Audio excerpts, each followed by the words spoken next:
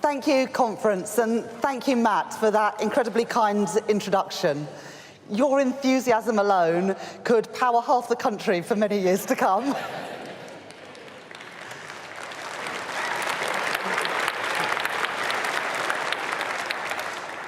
Conference.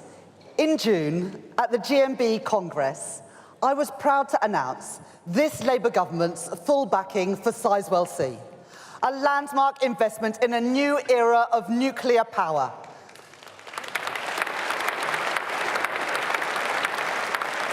That plant will employ 10,000 people, create thousands more jobs in its supply chains, and produce the energy to power 6 million homes. We made that investment because when we came into office just over a year ago, this country was faced with a stark choice: investment or decline. To invest in Britain's renewal, or to carry on with the same Tory economics and the same results. So for jobs and for pay, for energy independence and for our national security, we chose investment. The Tories wouldn't invest when they were in power. The Tories now oppose that choice from opposition. So, conference, don't ever let anyone tell you that there's no difference between a Labour government and a Conservative government.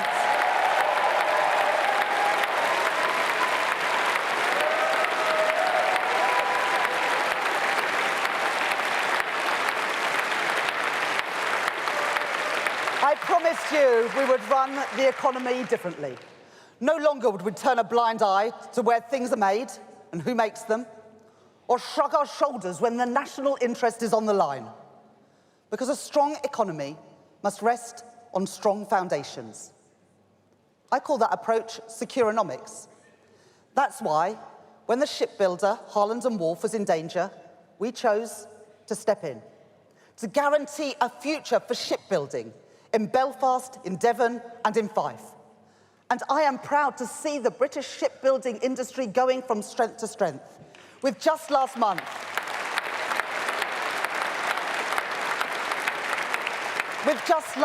a record £10 billion export order from Norway for Scottish-built frigates.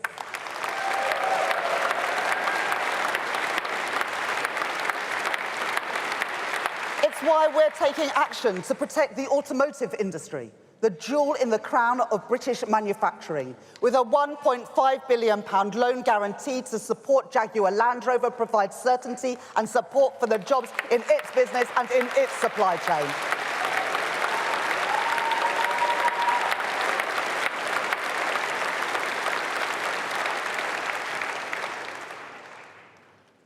And in April, when the foreign owners of British Steel rejected our offers of support, redirected essential materials overseas, and prepared that company to close, we faced another choice.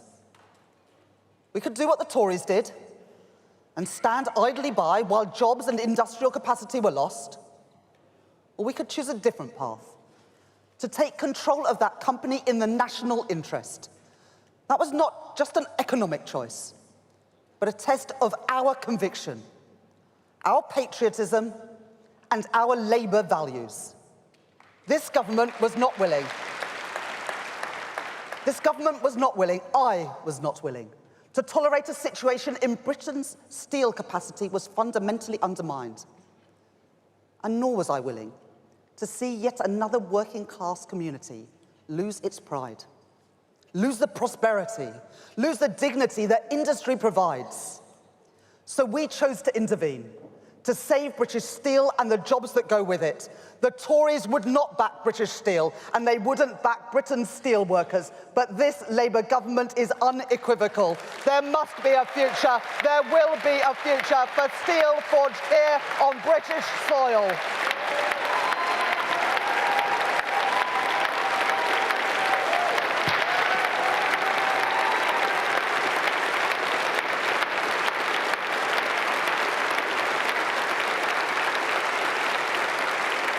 Today, I can tell you more.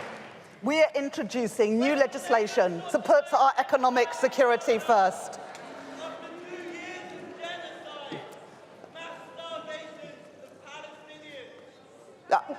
we understand your cause, and we are recognising a Palestinian state, but we are now a party in government, not a party of protest.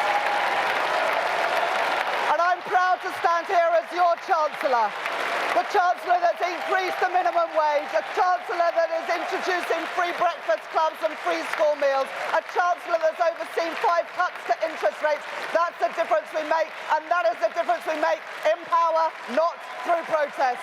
Our party has changed, and that is why I am standing here, proud to be your Chancellor of the Exchequer.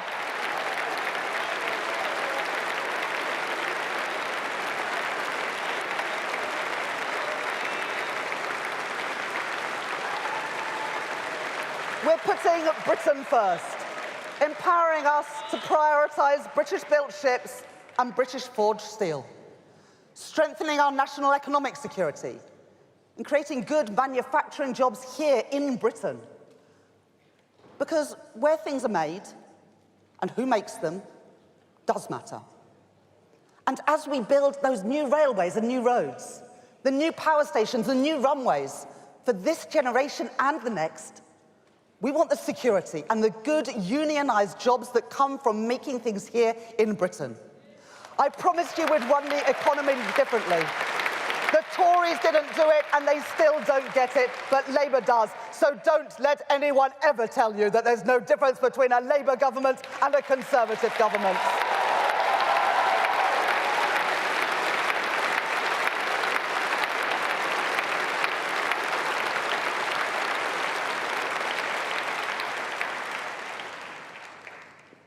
There is one reason why we have the power to make these choices.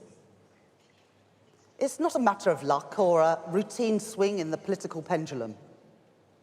It is because, thanks, Keir, to your leadership and to the efforts of countless people in this hall and beyond, that we earned the privilege to serve.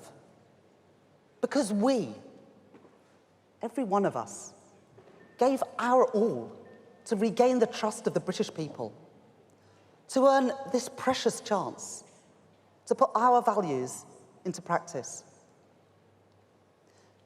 Let me tell you what brought me here and what gets me up every morning. Let me tell you what I believe in and what drives me. Conference, you know where I come from. My mum and dad were primary school teachers, and I'm really proud of that. I know how hard they worked to give all the children that they taught the very best start in life. I know how hard all our teachers work. And I know parents' hopes and fears when it comes to their kids. I feel them for my own. But ordinary families find themselves fighting against a system which hoards privilege at the top and leaves too many working-class kids behind. I joined the Labour Party almost 30 years ago now because I could see that the Conservative governments I grew up under in the 80s and 90s, they didn't care much about schools like mine. Ellie knows that too. They didn't care much about the kids we grew up with. Textbooks rationed, libraries closed, kids herded into porter cabins, their prospects written off. I joined our party because I wanted to change all that. And those same values drive me now today. Conference, I believe in a Britain founded on contribution, where we do our duty for each other and where hard work is matched by fair reward. I believe in a Britain based on opportunity, where ordinary kids can flourish, unhindered by their backgrounds. And I believe that Britain's real wealth is found not only in the success of the fortunate few, but in the talents of all our people, in every part of our great country. But Conference, we all know that our shared values can only achieve things for ordinary people if we have the power to act on them and a credible plan to put them into effect. A plan fit for an uncertain world in which we find ourselves, not for the world that we wish it might be. A plan to build a stronger, more resilient economy, able to navigate this age of insecurity. No one said it was going to be easy, but take pride in what we are achieving together. Not just the pride in winning, but pride too in the choices we are making and the lives we are changing. Remember that in every single one of the 451 days that we have been in office, we have achieved more than in the more than 5,000 days that we spent powerless in opposition.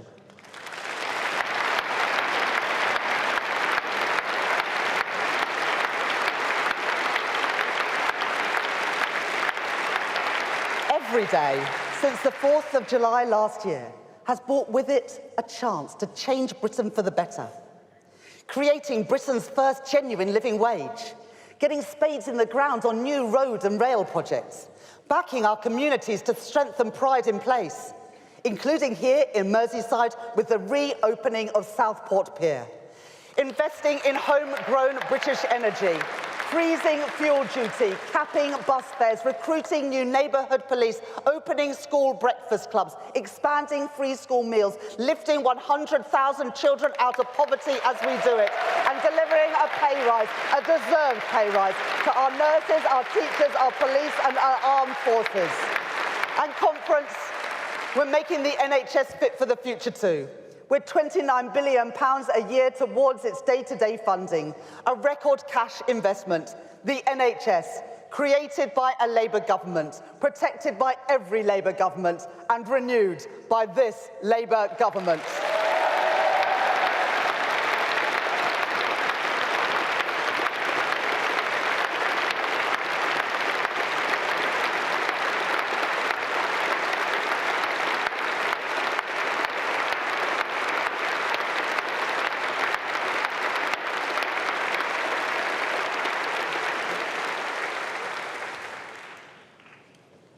Let me tell you something else we will do.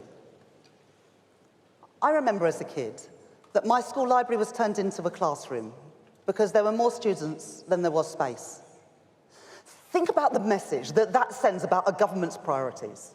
How little value is placed on opportunities for kids to learn and to grow, to explore their interests independently, or to find a quiet place to study that isn't always on offer at home. Under another Conservative government, a generation later, many more kids have that experience.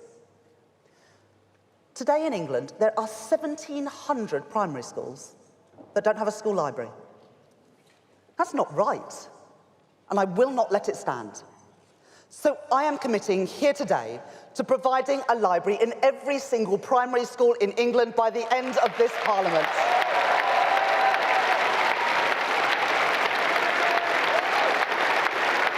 That is a statement of my values. That is a statement of the value that this government places on all our children's futures. So conference, the Tories don't make those choices. Reform would never make those choices. So take pride. Take pride in our values put into action. And conference, don't ever let anyone tell you that there's no difference between a Labour government and a Conservative government.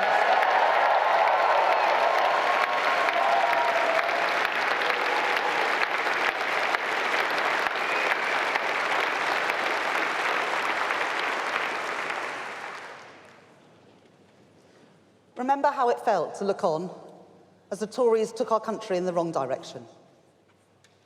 Austerity, the botched Brexit deal, the mini-budget, school roofs crumbling, NHS waiting lists soaring, 5 prime ministers, 7 chancellors, the worst parliament on living standards ever. Our institutions and our country's very reputation in tatters. And never forget what they did during the pandemic. While we were kept apart from our loved ones and feared for our families, the Conservatives partied in Downing Street and dished out contracts to their friends and to their donors. We are still paying the bill for their waste and their cronyism. So I'm pleased to tell you that thanks to our COVID Corruption Commissioner, almost £400 million has now been recovered for taxpayers that have been lost to COVID fraud. And we will continue that fight. And we will continue that fight to recover more from those PPE contracts that failed to deliver. But we won't stop there. In the coming months, we are bringing in additional new powers to investigate and recover more money from fraudsters who have ripped off the government and ripped off our public services. And I can tell you today, too, that to deploy those new powers, we are recruiting a new hit squad to investigate and recover all the money that is owed to the British people. Because, conference, we want our money back. We are getting that money back, and we are putting it where it belongs, in our communities, in our schools, and in our National Health Service.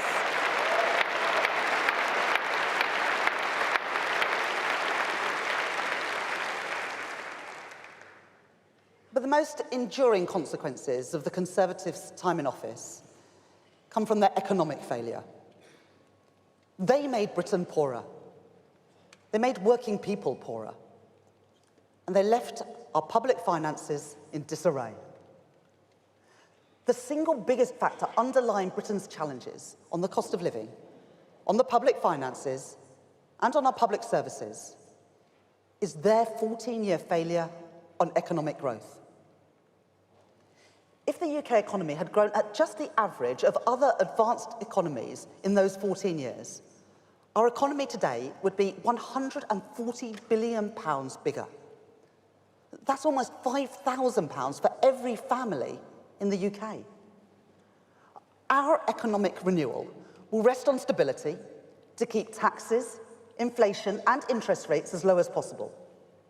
Economic reform to unlock the contribution of businesses and working people, and investment in every part of Britain. Each day, I see a country primed for economic success, a skilled and committed workforce, world-class universities, and innovative businesses. But the Conservatives and Reform, they want you to believe that our economy is broken, that our best days lie behind us, that decline is inevitable.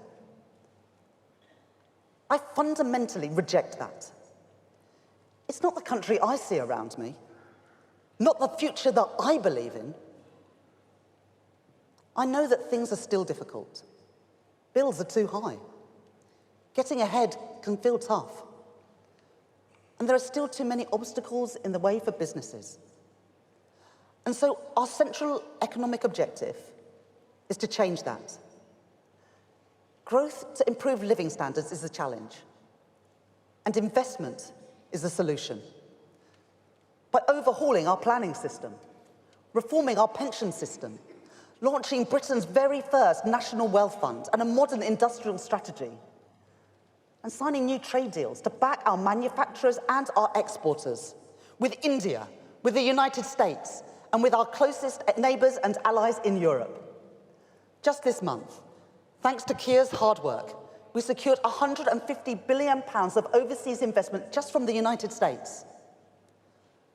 I have never believed the Tory mantra that the best thing that a government can do is to get out of the way. A strategic state must use its power to support jobs and growth, and that includes through public investment. Under the Tories, capital spending was always the first victim when the public finances came under strain. So in last autumn's budget, I changed those fiscal rules to support and to protect investment. And alongside that, because I know that too often our regions outside London and the South East have not had their fair share of spending decisions, I rewrote those rules to support investment in every part of Britain. In place of decline, we have chosen investment. Investment in defence and the good jobs that come with that. In Plymouth and in Barrow, in Aldermaston and Lincoln, on the Clyde and in Rosyth. Investment in energy, in nuclear power, yes, and in carbon capture and storage too. On the Humber and on Teesside, in Aberdeenshire and right here on Merseyside. Investment in transport, including the biggest ever investment in our city regions. We're investing here in Merseyside, with new links in St Helens and major investment in Merseyrail, including a new station at Liverpool Baltic. We're investing in Greater Manchester, with new tram stops in Bury, North Manchester, Oldham and Stockport. And we're investing in West Yorkshire to power ahead with a mass transit system, linking Bradford and Leeds the largest city in Western Europe without a light rail or metro system, but not for much longer.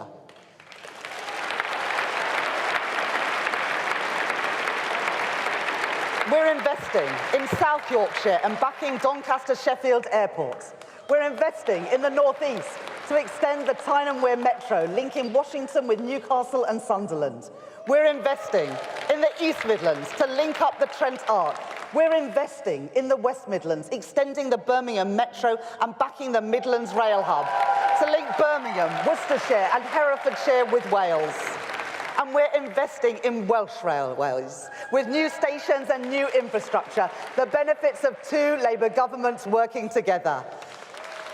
And we're investing in East-West Rail to join up the Oxford-Cambridge Growth Corridor and Conference, as well as the Transpennine route upgrade to link Manchester, Leeds and York and the towns in between them. This Labour government will push ahead with our plans for Northern Powerhouse Rail.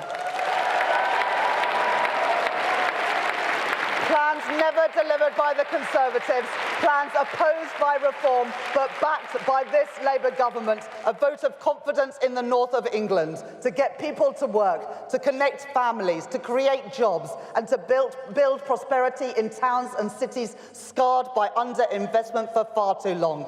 That is what we are achieving together, a Labour government working with our Labour leaders around the country, delivering for working people.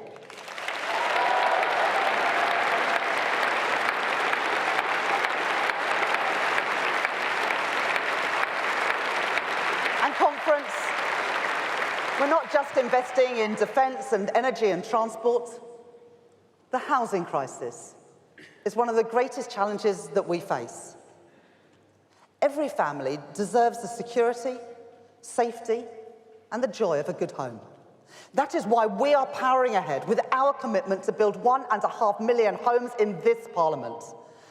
And any plan to match the scale of that housing crisis must involve a major role for social housing, which is why I allocated £40 billion in the spending review just a few months ago. The biggest cash investment into council, social and affordable housing in a generation. So, Conference, don't ever let anyone tell you that there's no difference between a Labour government and a Conservative government.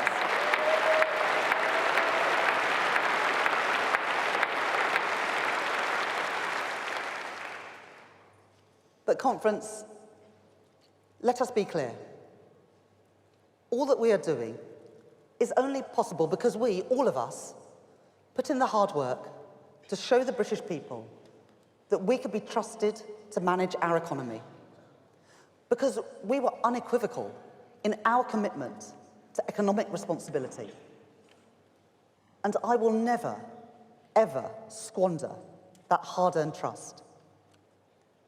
We were able to increase investment only because we remained steadfast in that commitment to economic responsibility.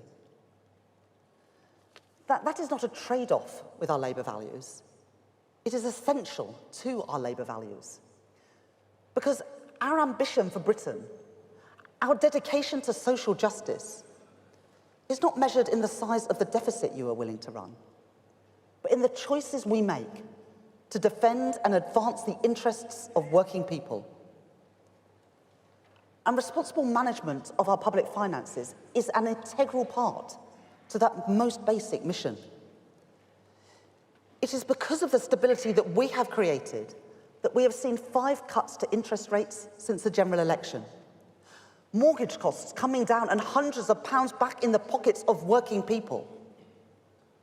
Conference, every advance we make in getting the cost of living down is a Labour achievement, and we should take pride in that.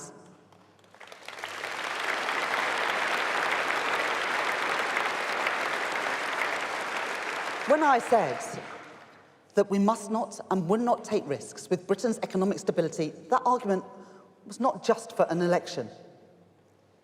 Even now, with the global uncertainty that we have seen ripple through financial markets, there are still critics out there who would too readily forget the consequences of reckless economic choices. Never forget that in 2 hours, one Friday, almost exactly 3 years ago, the Conservatives under Liz Truss sent mortgage costs spiralling, put pensions in peril, and consigned their party not just to defeat, but to utter irrelevance. That was a warning. And the British people will not forgive any party that forgets it. Conference, let us reaffirm our commitment that we will never, ever do what the Conservatives did to ordinary working people in this country.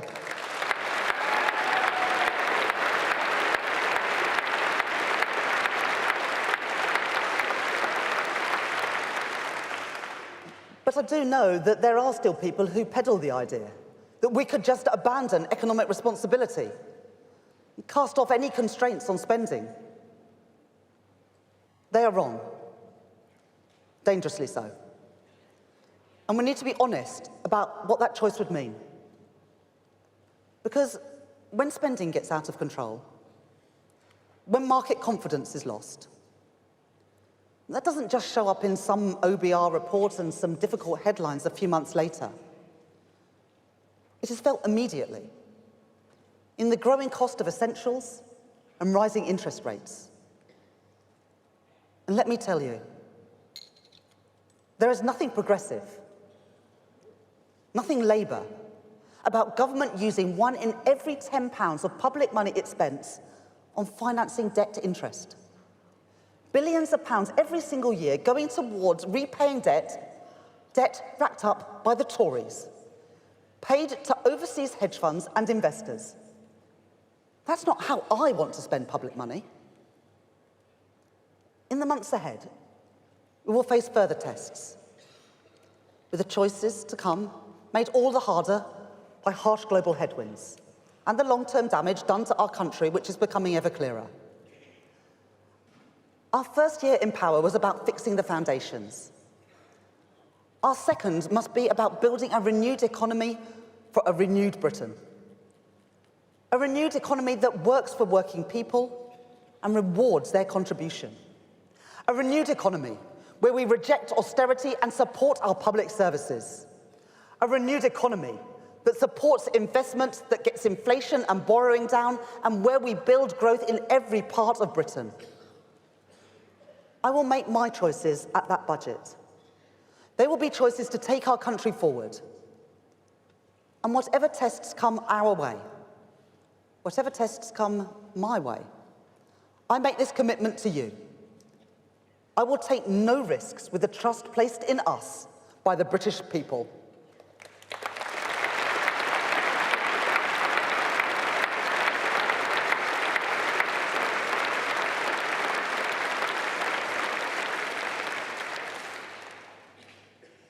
Remember everything that is at stake here. The single greatest threat to our way of life and to the living standards of working people is the agenda of Nigel Farage and the Reform Party. Whatever falsehoods they push, whatever easy answers they peddle, however willing they are to tear communities and families apart, they are not on the side of working people.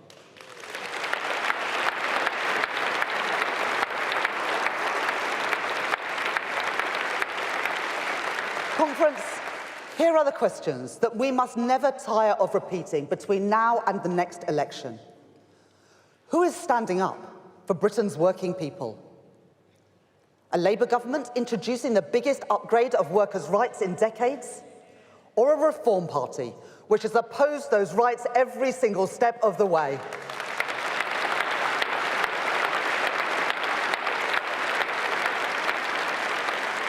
Who is standing up for Britain's interests? A Labour government that stands with our allies, or a Reform Party in bed with Vladimir Putin?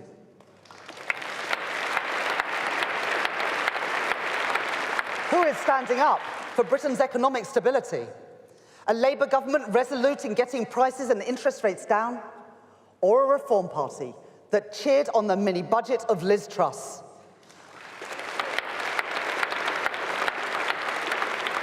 Who is standing up for Britain's businesses? A Labour government that is forging closer relationships with our nearest trading partners? Or a Reform Party who wants to talk Britain down and longs to cut us off from the rest of the world?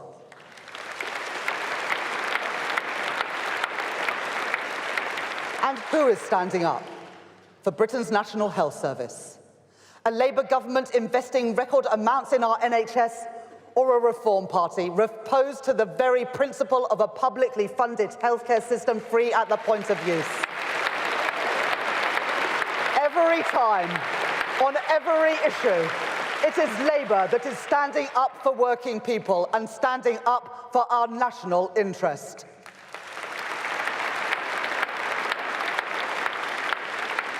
Friends, this is a fight that we must win, and it is a fight that we will win. So when you leave this hall, when you return to your communities and your workplaces, let the message ring out that there is only one party that was founded by working people, and only one party that is committed absolutely to defending their interests, on jobs and on pay, on rights at work, on health and in our schools, on the safety of our streets and the strength of our communities, on energy security and on national security. The clue is in the name, conference. That party, the party of working people, is the Labour Party.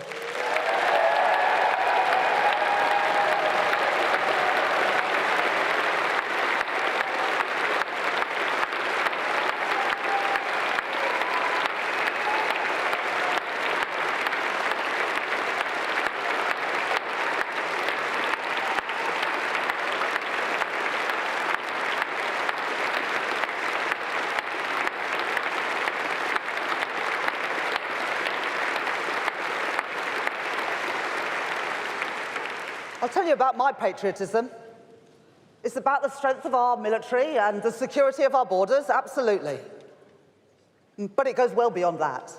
It's about building a country where we recognise that talent is found in every classroom, not just among those at the top. That working people of every background, wherever they grow up, have more in common with each other than those who wish to divide us. That every town and city, every region and nation in this United Kingdom has a part to play in our shared success. A country where we look out for each other, in good times and in bad, where we back British businesses to succeed in the world, and where we back working people too. So that honest work pays a wage that you can afford to live on. Where we recognise that we are strongest when we work together towards that better Britain. A patriotism not measured in how quick you are to exclude, how loudly you shout, how willing you are to exploit every division and distort every challenge that we face. But a patriotism measured in our obstinate determination, our impatience, our commitment to building a better, fairer, more prosperous Britain. That is our patriotic mission. Those are our Labour values. Those are our British values, and we will fight for them.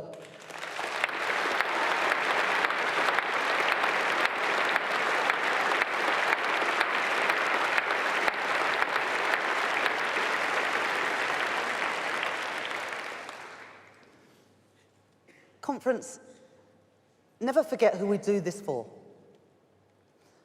Before the summer, I was at a breakfast club in the north of England. It was 8:30 in the morning, and there was a little boy sitting on the floor playing with his Lego. He showed me what he was building. He was really proud of his project, and he wanted to tell me all about it. I enjoyed sitting with him and listening to him talk. Afterwards, one of the teachers said something that stayed with me. She said, "You know that boy, when he started coming to breakfast here, he didn't speak at all. He was completely silent." I was shocked, but maybe I shouldn't have been. Because stories like that are too common in Britain. And I thought about the money that we're putting into breakfast clubs. What does that pay for? Some toast and cereal, maybe some juice, an extra hour of a teacher's time to keep an eye on the kids. But what does it actually buy? For that little boy sitting on the floor, absorbed in his Lego, it bought him more than food. It bought him an opportunity. The opportunity of time spent at school in a more intimate environment, where he could play and feel at ease. The opportunity to start the school day ready to learn. The opportunity of a better start in life, and with it perhaps the opportunity of a better future. Conference, that's what we all fight for. That's who I fight for. That's who this party is for. Kids like him, families like his. I know that there is much more to do, and I promise you we will do it. But we should take pride in the lives already being changed by the choices that we have made. And let me tell you, there is no greater champion for working class kids than my friend and my colleague, our Education Secretary, Bridget Phillipson.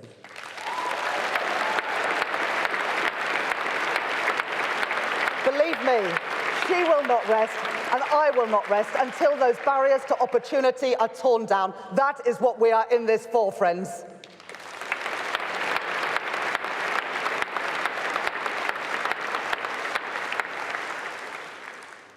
But those barriers don't just vanish the day a young person leaves school.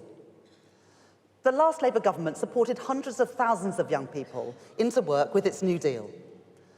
But once again, under the Conservatives, too many young people found themselves trapped, frozen out of employment, education, or training.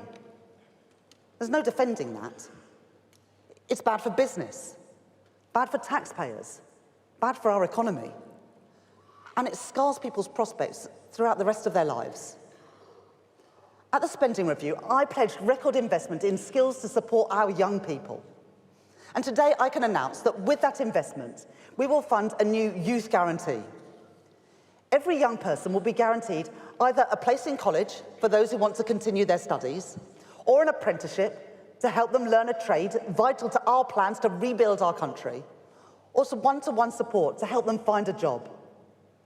But more than that, our guarantee means that any young person out of work, education, or training for more than 18 months will be given a paid work placement. Real work, practical experience, new skills. Conference, we won't leave a generation of young people to languish without prospects, denied the dignity, denied the security, and the ladders of opportunity that good work provides. Just as the last Labour government achieved that with the New Deal, I commit this Labour government to nothing less than the abolition of long-term youth unemployment.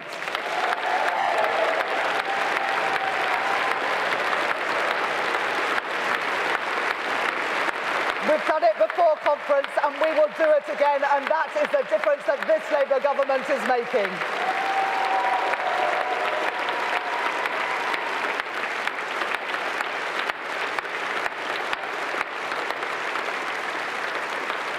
And that's not all.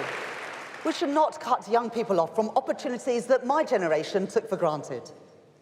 And that means rejecting the politics of isolation and division, for which our young people pay the gravest price.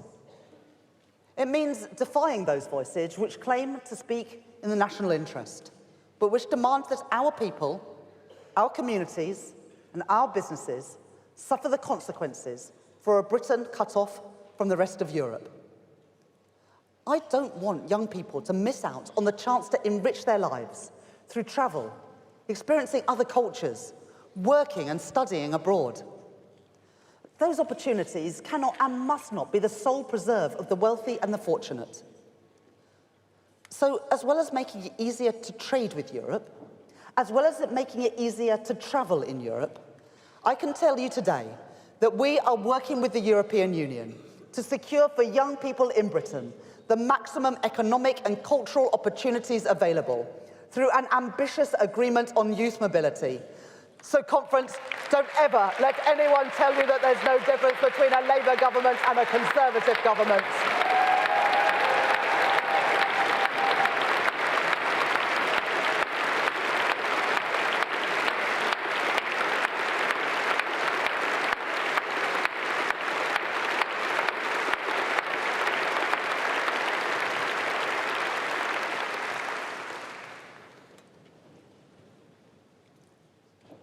This year has brought its fair share of challenges for our party and our country. They won't be the last. We've turned our backs on the path of decline, and we've chosen investment. But there is further to go. So yes, I'm proud that under our watch, Britain has been the fastest growing economy in the G7. But is there more to do if we want prosperity in every part of Britain? Absolutely. I'm proud to have overseen wages rising by more in the first 10 months of this Labour government than in the first 10 years of the previous Conservative government. But is there more to do if we want to make working people better off? Absolutely. And I'm proud that we've recruited 2,000 new GPs, delivered 5,000 extra appointments, and cut NHS waiting lists by more than 200,000. But is there more to do if we want an NHS truly fit for the future? Absolutely. And conference, we are just getting started.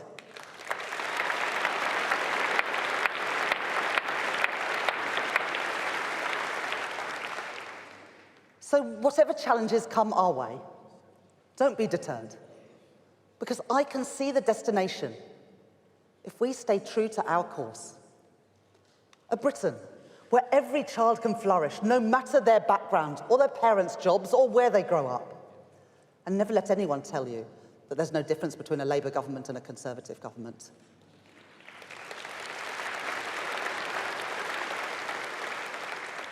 When people ask you, who is this government for? When they ask you, whose side are you on? Then you can tell them. Go and ask the steel worker in Scunthorpe, the engineer in Barrow, the shipbuilder on the Clyde. Ask the mum on the living wage, going to work secure in their knowledge that her children will get a good start to the day. Ask the nurse who has had back-to-back pay rises due to this Labour government. Ask the business facing lower barriers to trade. And ask the patient finally off a waiting list because of this Labour government.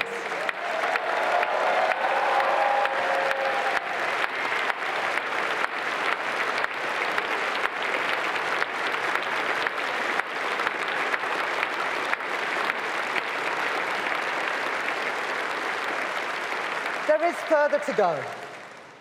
But whatever tests confront us, have faith.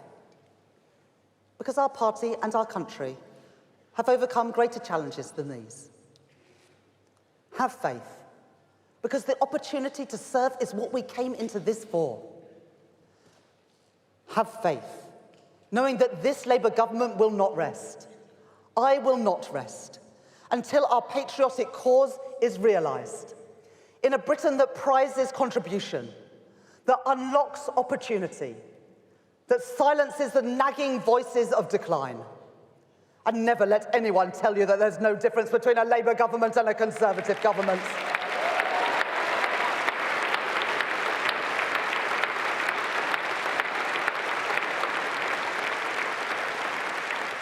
The world may throw challenges our way, but a better Britain is within reach.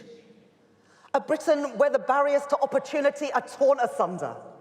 A Britain able to look outwards with confidence, defiant in an uncertain world, powered by the contribution of its people, hopeful for our shared future. A proud Britain, a prosperous Britain, a Labour Britain. Thank you.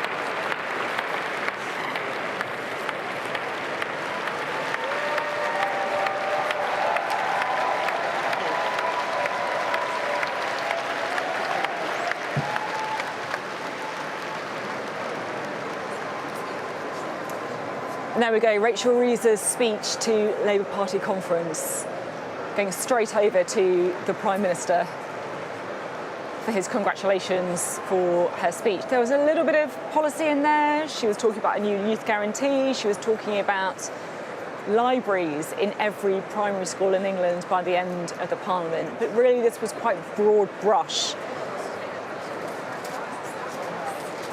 to try and give a more personal impression of Rachel Reeves, talking about schools, her parents who are primary teachers, and then the punch, I guess, for those people in the audience as well, effectively saying there is nothing Labour about spending so much on debt interest, and that really is laying the groundwork for what could be a very difficult and painful budget.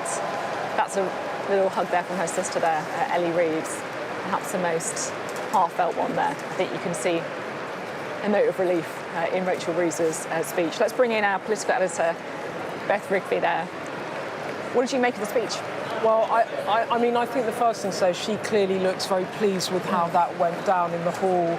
She got a number of standing ovations and it was well received. I think there's three things that stand out for me in a speech that's actually really light on policy, but quite heavy on politics, and heavier perhaps than you might have expected from a Chancellor. The first thing that was the most interesting thing to me is the nod to the budget, where she says there will be harder choices to make in the months ahead.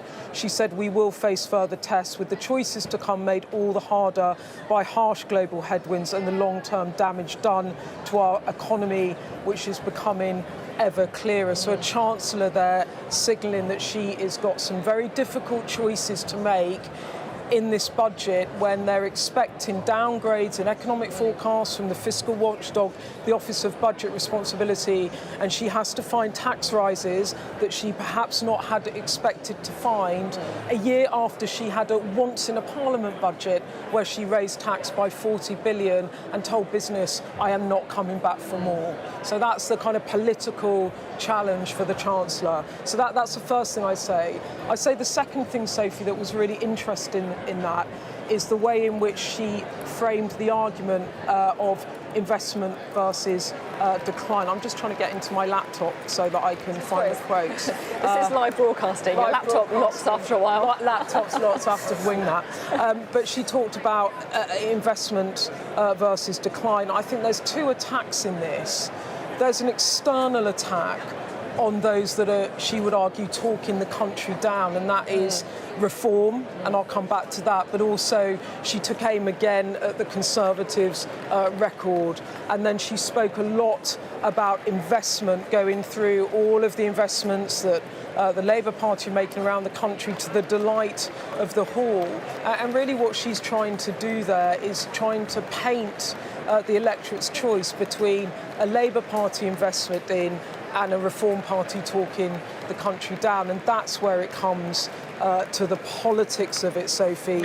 She said the single greatest threat to the way of life and to the living standards of working people is the agenda of Nigel Farage and the Reform Party. And this speech was really heavy on politics, where she talked about her version of patriotism. She talked about the way in which she wants to try and regrow the economy to answer the protest politics, if you like, of Nigel Farage. And she was very clear that it was the Labour Party that was the side of working people. And that really struck me, where she talked about what she saw her patriotic mission to be. So they were the three elements that stood out. And I think also, while she was attacking external critics, there are attacks on internal critics there, where, as you said, she said there's nothing Labour about borrowing more, and there is a oblique swipe at those within her own party that is saying you need a radical rethink of the rules, your fiscal rules,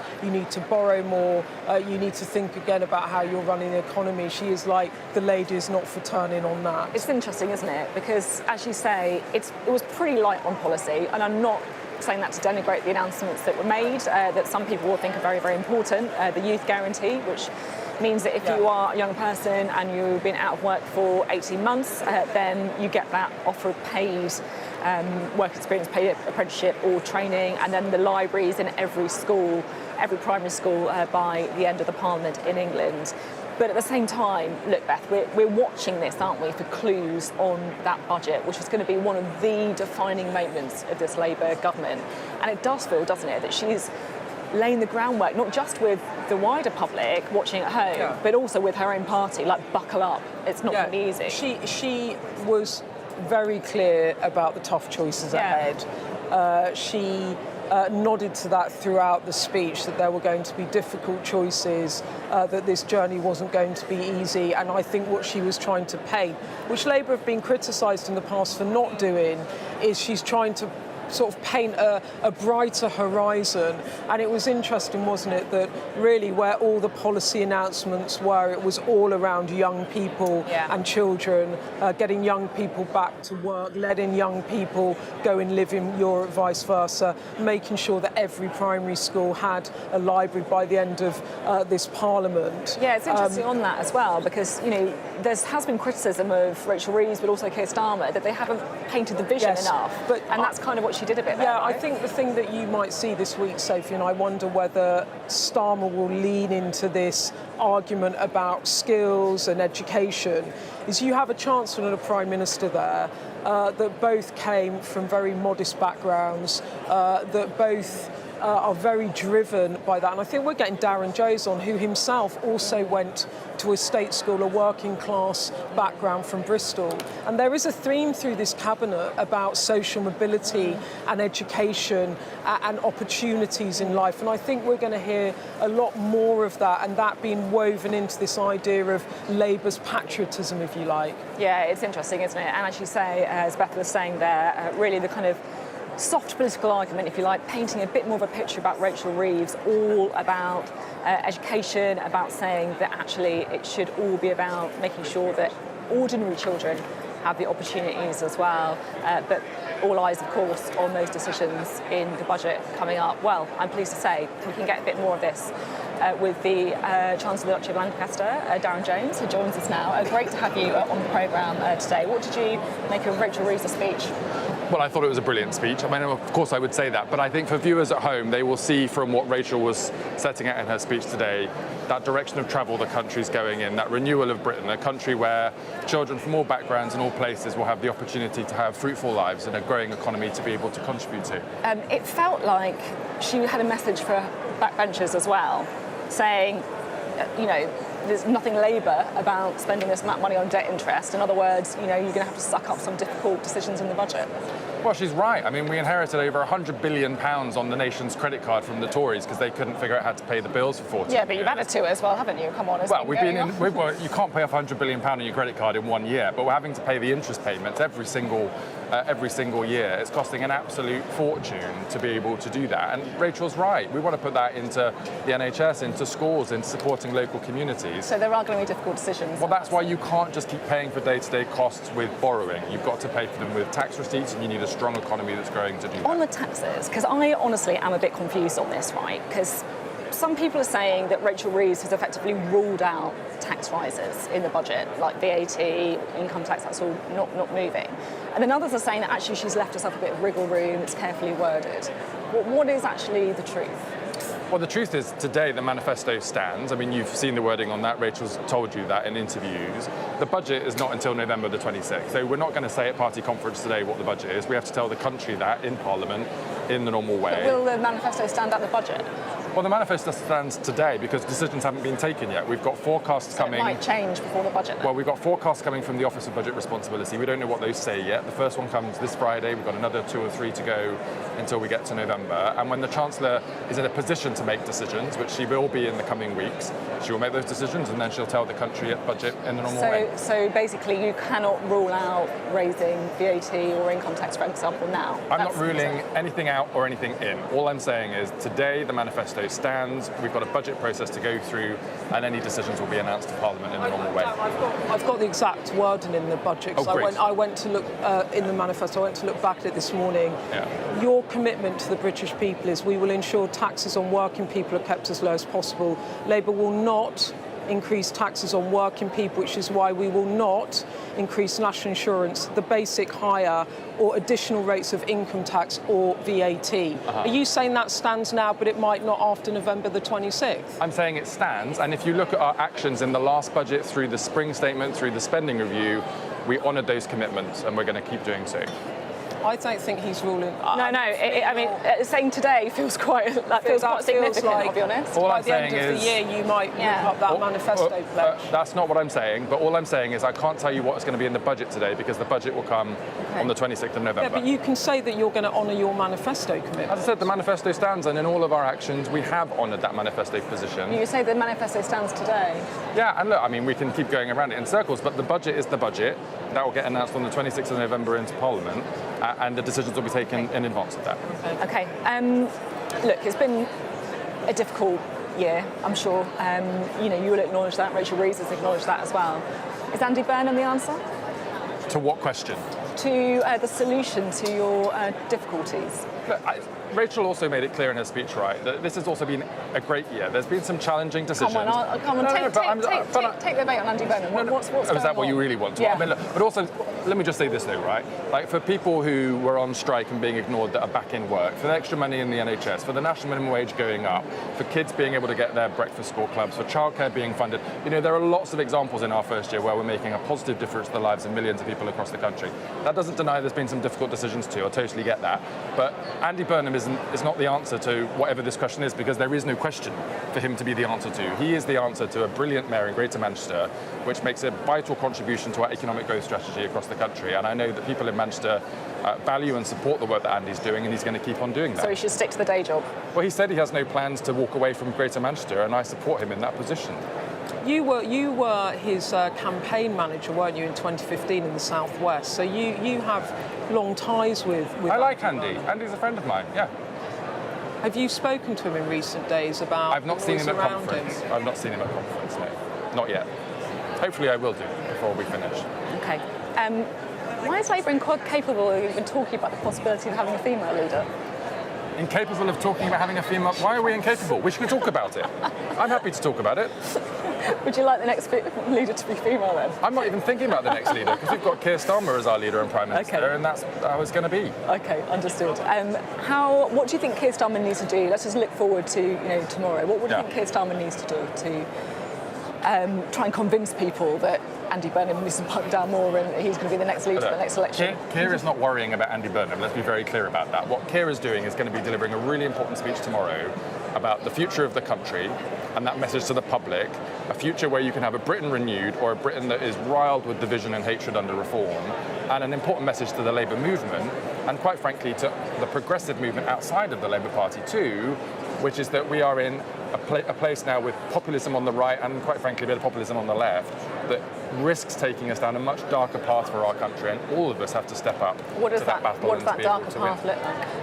Well, it's the policies being put forward by reform. I mean, only this week they were saying that everyone who's here, who wasn't born here, should be deported. They're planning on sending my wife back to Australia. I mean, I'd rather they weren't doing that. All of these people that have jobs and families working in our schools and hospitals, reform say to them, you're not welcome in our country. That's not the type of country Britain is. Darren, you're now the Prime Minister's Chief Secretary to the Prime Minister. It's a newly created role in order for you to enforce his desires and policies around government. So you see him a lot. Yeah.